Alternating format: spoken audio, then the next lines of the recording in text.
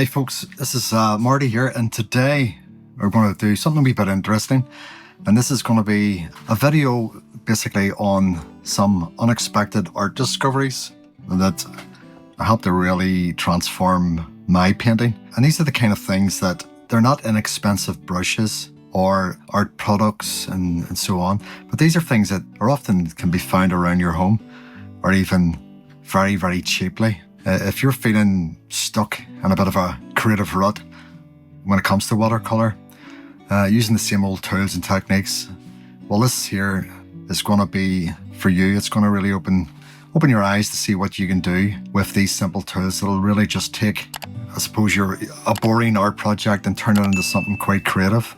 And it's going to be quite an eye-opener in some ways. So without further ado, what I'm going to do is I'm going to get stuck into this wee painting. Okay, it's a bit of a winter scene. So I'm going to use this to show you, I would say, about 5 tools that you could use, and they're probably lying around your house as we speak now. So you don't need to go out and buy these. So it's cost-wise, it's going to be next to nothing. But they're very simple. So what we're going to do is I'm going to try to stick to 2 colours today, cobalt blue and burnt sienna. And what we're going to do is a wee winter scene. And I'm going to start incorporating these tools and techniques into this scene. And it's the kind of thing that you could do within a half an hour or an hour, and you'd be very surprised by the outcome of it. Okay, so what I'm going to do is I'm going to use a couple of brushes to start off with. So if you have a mop and a number 6 or something like that, I'm going to use a wee spray just to spritz around the paper a bit.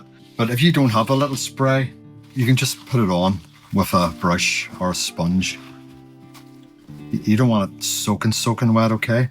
So it's going to be quite fast paced, this, okay? So what I'm going to do is I'm going to make up my paint first. I want to use that burnt sienna just to add a wee bit of warmth to the sky, okay? And then I'm going to mix up the cobalt blue with the burnt sienna to give me a dulled down kind of grey effect. And it doesn't have to be exactly these colours either. You can kind of just choose to use your own. So here we go. I'm going to give us a quick spray here. And as you see, I have masked out the tops of the houses because I want snow to be lying on the roofs there. Okay, so I'm just going into my burnt sienna now, and I want a wee bit of warmth in the background here. So very, very, very light wash of that, okay? Just basically slapping it on here, there and everywhere. And then I can bring it down to that roof there without any fear of losing the white of the roof that's going to be used as the basis for my snow. Okay, so that's a bit of a background there for that, and I'm going to just add a wee bit more burnt sienna into this area here, just as if there's kind of light breaking through here.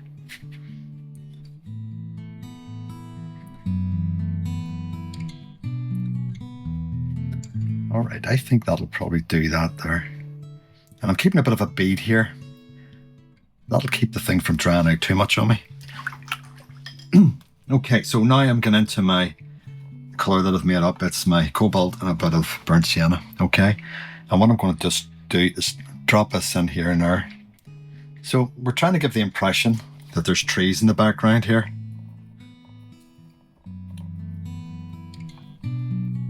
So if you keep it nice and soft, it'll look like there's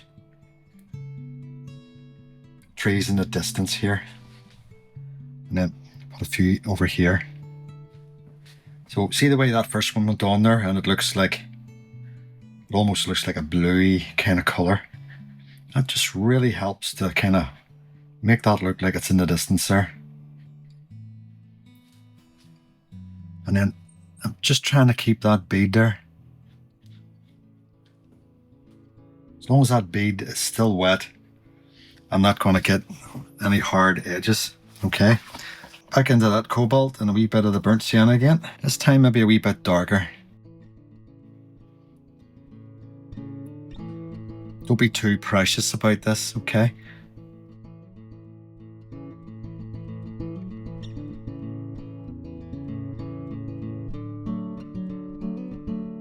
So this is us just laying the backdrop here for when we start to use the little tools and so on that I'm gonna show you.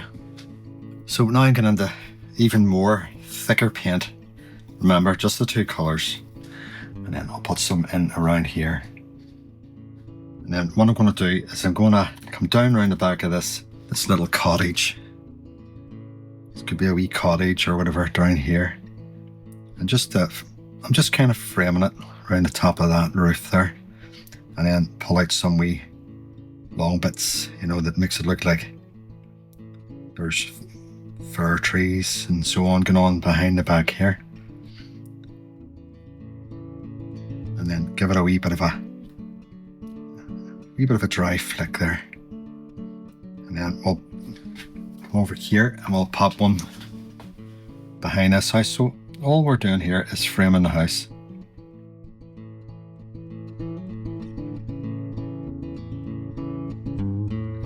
This is all about the thickness of your paint. I'm just kind of dragging on if I can. Just get a wee bit of dry brushwork on there. Into some stronger paint still. And then I'm going to come down the back of this one here.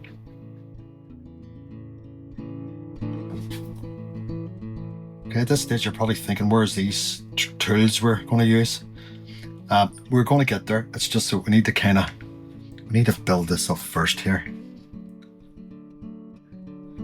And if you're going over damp paint, make sure the paint that you're going over with is quite thick. Okay, so we're getting a wee bit of pull in here. So what I want to do is just manage that a bit. Lift that up, because we don't want a lot of nasty bleed back there, or cauliflower back into the picture. Okay, so what you can do is, if you have your picture flat, you can use a straw. Straw is one of those things that's really useful. I use a metal one like this, is a stainless steel one, and it's the kind of thing you can blow the paint around. And I'll try and do that when we get down to the bottom here. But I just want to, at this stage, just frame the picture.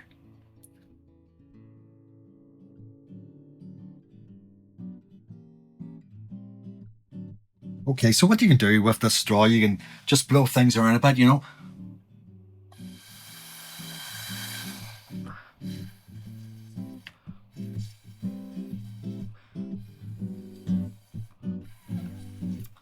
And what that does, it helps just to push the paint around and helps to spread it. And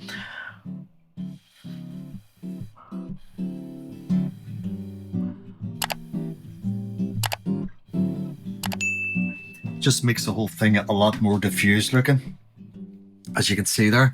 So what I want to do now is I'm going to switch to my number 6. And what I want to do is try to get a wee bit of dry brushwork here.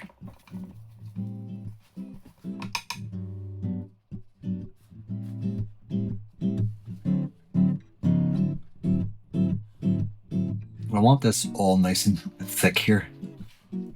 I'll show you why in a wee second.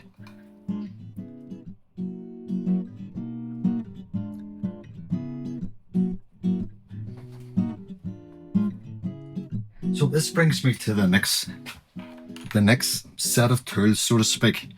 And basically what they are, I'm sure you've seen this before, but it's my old faithful rigger. I've had this somewhere between 20 and 30 years. It's that old.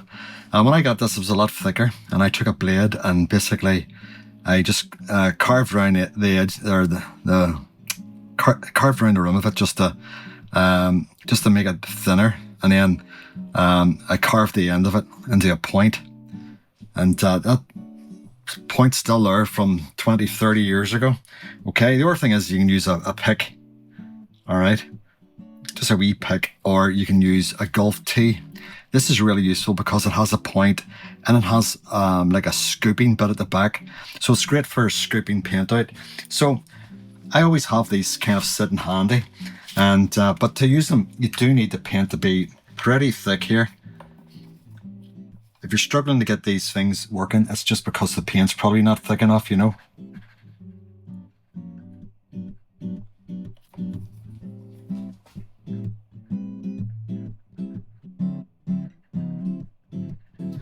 Okay, so here's what we're going to do. We're going to we'll use this pick first of all, and we'll just kind of try and score out some little lines and so on. Okay, and this could be trees, and could be bits of silver birch, that kind of thing, you know. But obviously, the thicker the paint is, it's the only way to get this to work properly. Okay, so don't overdo it. Just wee touches here and there, and you can also use that kind of thing if you have that, and that will give you a bit of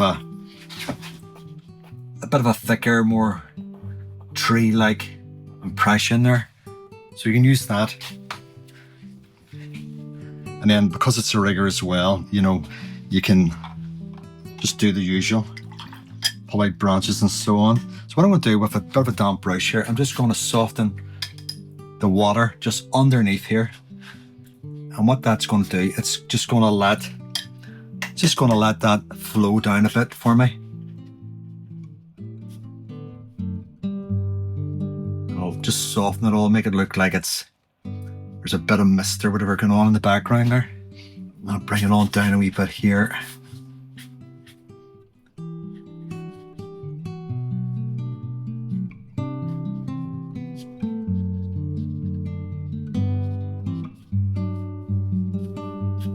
So I'll dip in now those little tools as I need them. But the next bit is, you've seen me using this before, but good old table salt.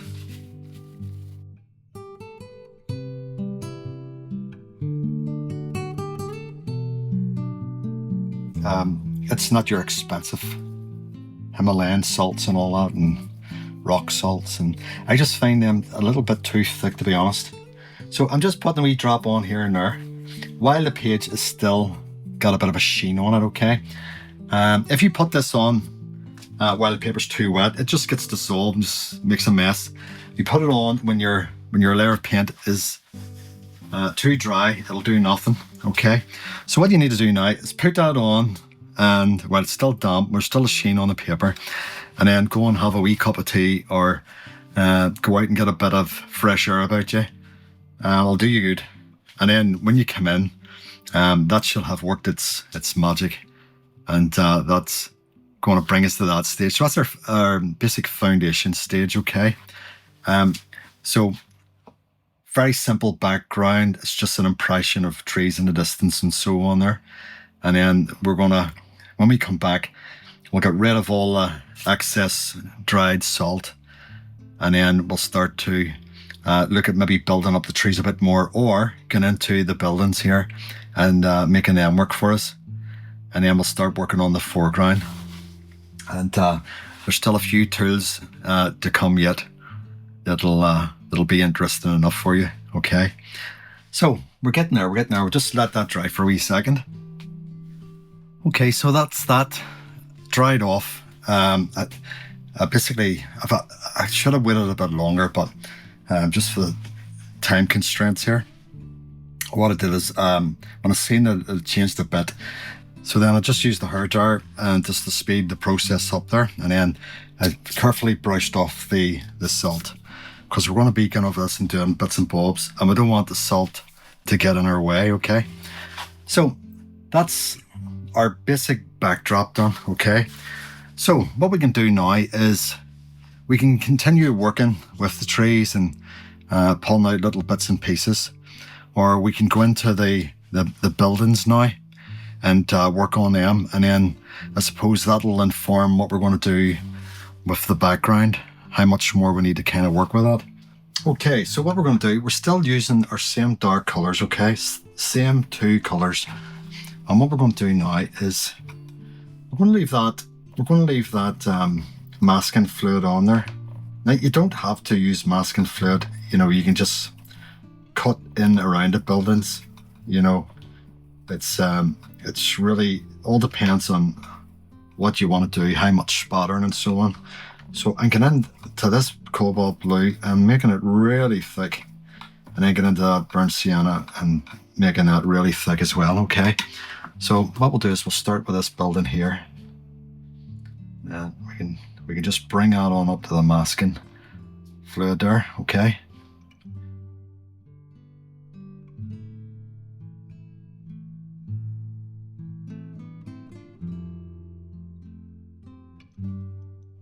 So basically the uses of these tools and techniques and tricks, so to speak, they're done with, I hope, is some kind of some taste, if you know what I mean. You don't want to just, you find a new trick and then, you just go bananas with it, and then, you're using it in absolutely everything.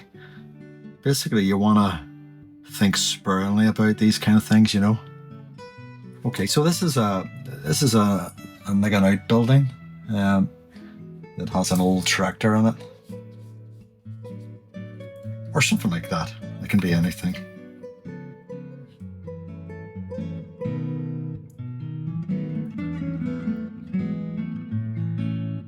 There's something lovely about Christmas scenes and old buildings like this, and especially when there's lights on.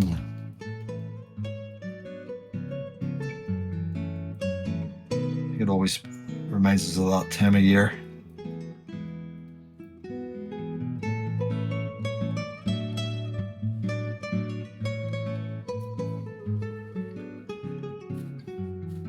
And just a wee bit of dry brushwork there. Okay, so what I'm going to do now is just give that a quick dry off there. This colour's quite nice, this burnt sienna, but if we want to give the impression that there's lights on and so on, it's just not going to cut it for us. So we're going to have to go into an orangey colour to do that. So I would suggest, if you don't have an orange, you can make up one. Remember, most of these paintings are done with just the 3 primaries, although so far we've only used the cobalt and the burnt sienna. Burnt sienna basically is a mix of your 3 primaries. It's basically your red, a bit of yellow, and a bit of blue, and that close enough gives you a burnt sienna. So we are still kind of using the 3 primaries, so to speak. But what I'm going to do now is I'm going to mix up a yellow with a wee bit of the red in it. Pop that on here like that.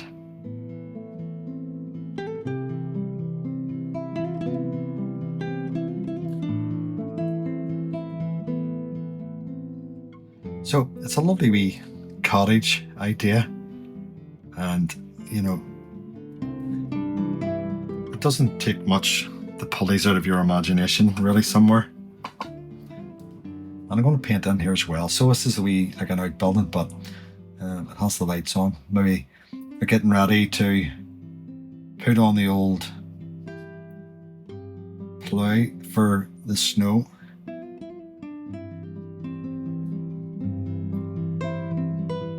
Farmers if this is like a farmhouse, the farmer's well used to people getting stuck. So and maybe drag a wee bit out here, just as if there's a bit of reflection there, and then go into it with a damp brush and just soften it up a wee bit. Okay, so the light's just bursting out there. Maybe take a wee touch that there, and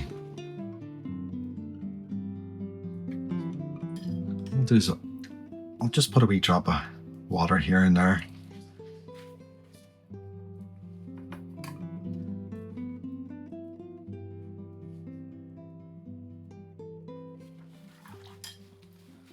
And then I'll just soften that all up.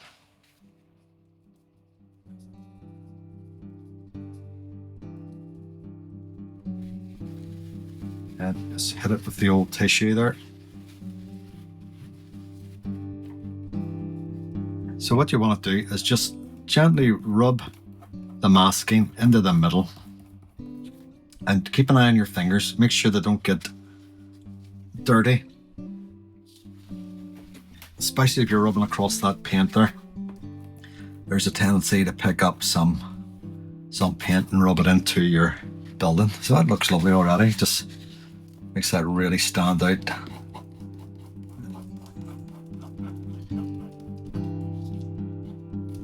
So what I think we'll do is we'll work a bit more on the foreground here, and hopefully we'll get introducing another tool. So we've had our straw, so you can blow things around, and you've your sharp objects.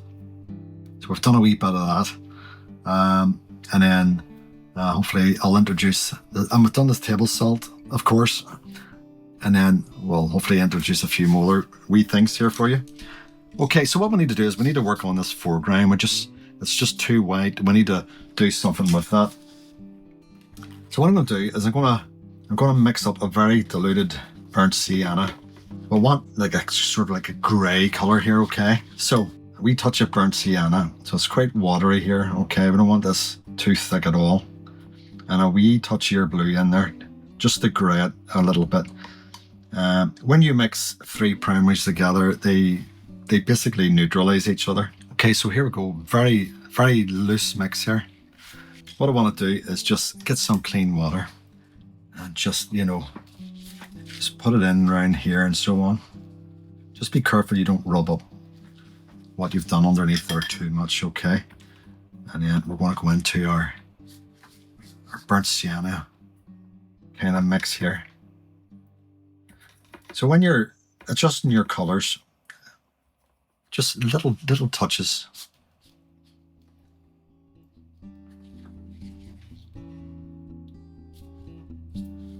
What I'm doing is when I'm painting that on, I'm then cleaning my brush and I get into pure water, and I'm just softening the edges.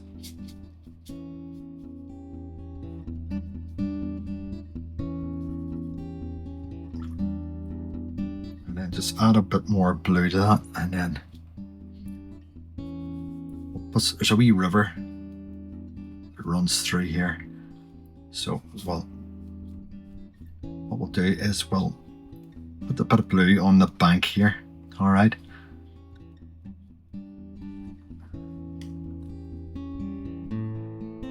And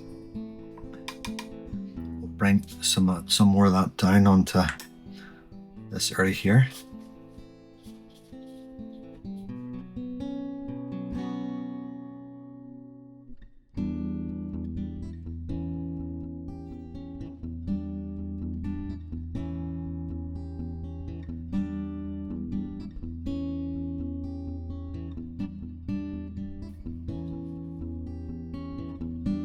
And then this is like a bit of a bridge under here.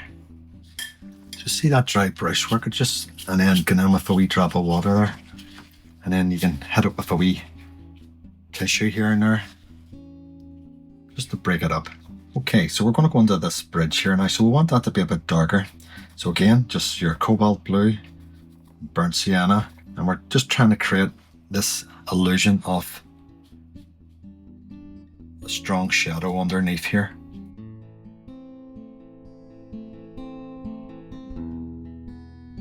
And then what we're going to do is go around here, and then we're going to pick up on that water just coming from underneath that bridge there.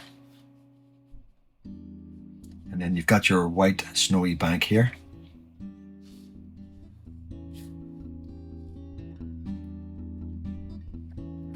And then just touch that underneath that. Okay, that's still quite on the light side under that wee bridge there. So just need to get stronger paint there, and just make it look like it's the edge of that bridge.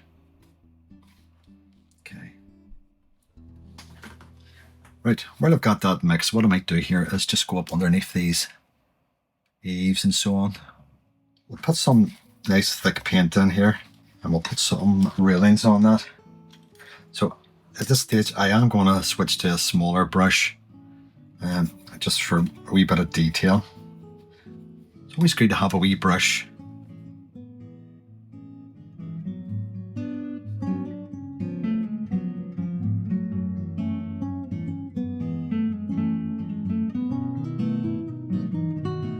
What I'm going to do is kind of the squiggly lines here and there.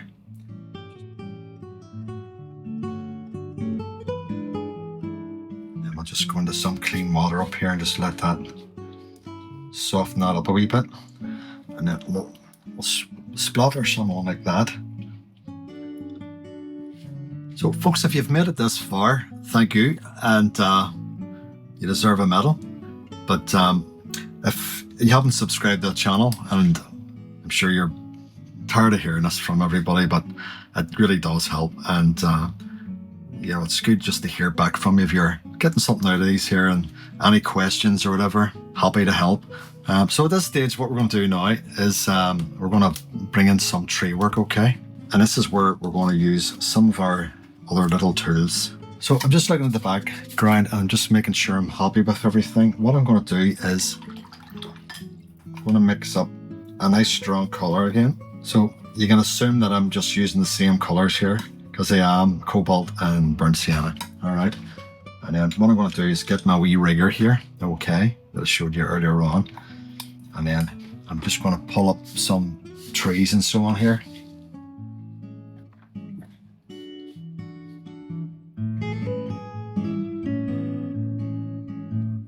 Okay, so that's coming along rightly. What I need to do is just do something in here just to pull that back a little bit. So it could be an old tractor or something in here, you know.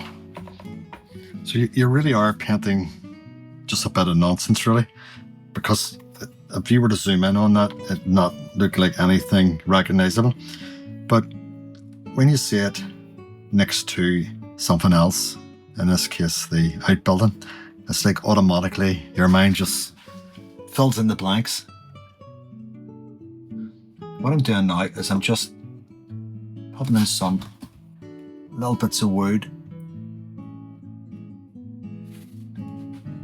So what we want here is we want a bit of a purpley colour, okay? So the best way to do that is use our cobalt blue. We want this to be very light because it's going to be the snow on the roof we're hitting here.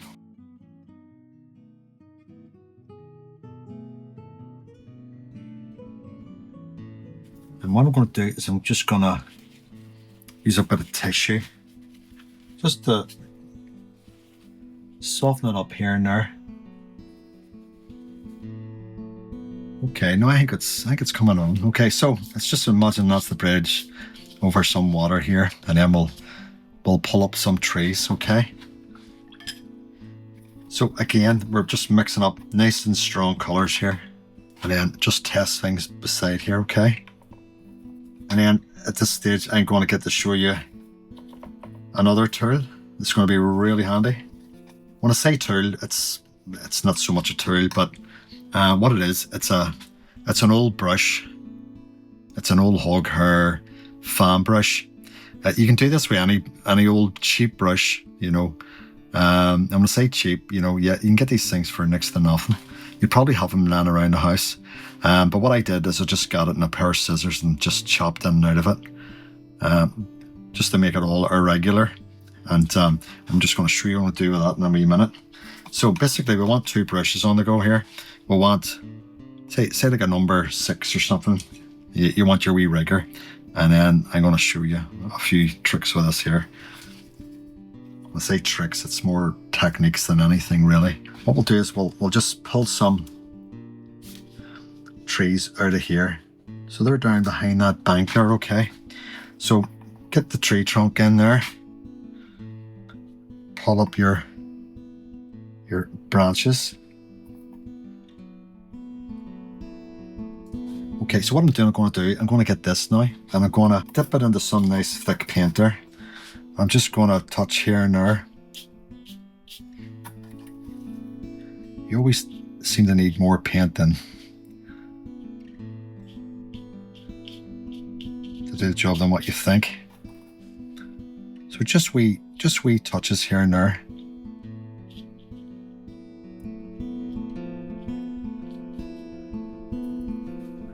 Again, don't go overboard with any of these techniques or tools, you know.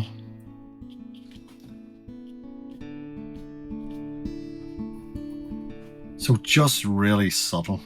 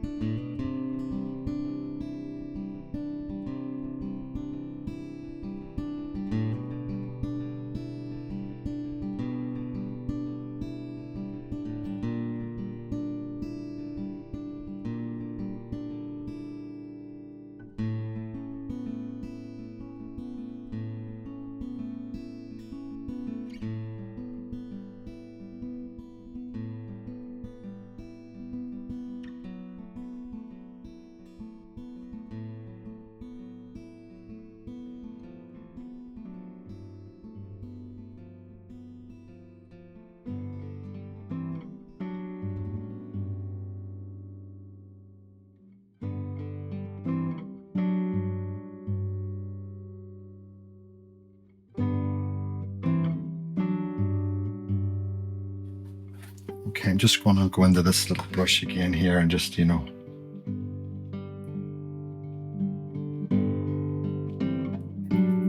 drag up some detail here and there.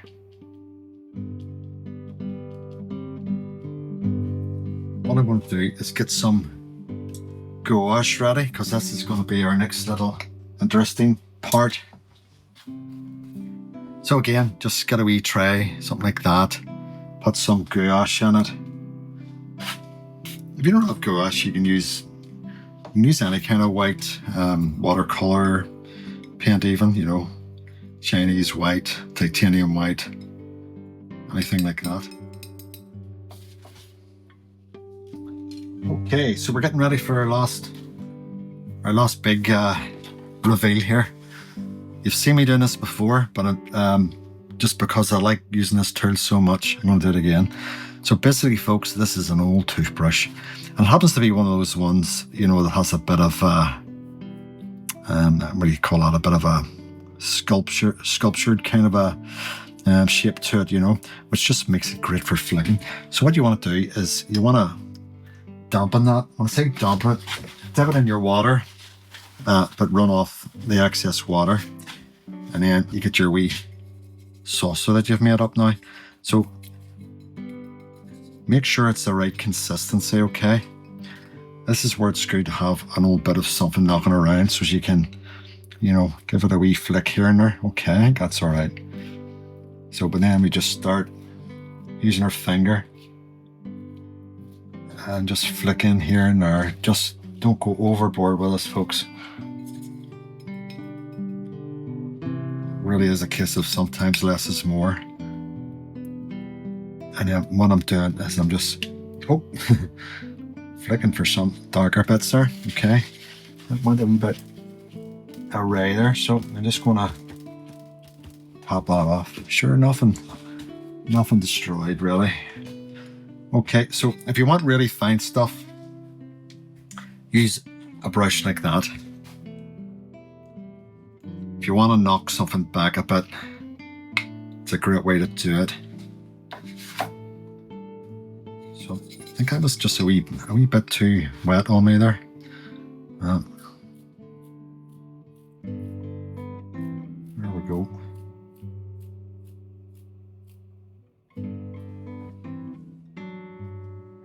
Okay, so just a wee bit, folks. And then what I'm going to do now, I'm going to switch back to my number 6. I'm going to use a different brush to do it this time because I don't want that fine spray. I just want a little drop of that just to knock things back a bit. But what I'm going to do now, this here basically is a bit of foam. And I find this really handy. Okay, just take the excess off. You can do it on your finger, or else you can do it on a bit of foam like that there. And by using this brush, I'm getting some bigger drops of paint. Okay. And I'm just aiming over those dark parts of the painting, because that's where it's going to stand out. I mean, you're not going to see anything up in that sky, really. You can also flip like that. It can be a tricky wee technique in itself. But see down there where that dark bit is, underneath that bridge. That's where you're going to get that standing out there. So that's going to look good there. So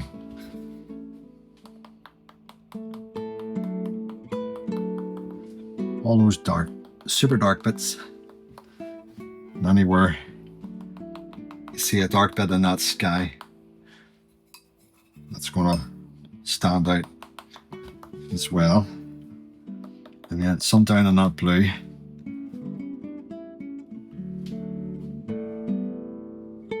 So basically it's a blizzard snow scene. So you're not going to be able to see everything perfectly here. So I'm just going to give it a wee signature here.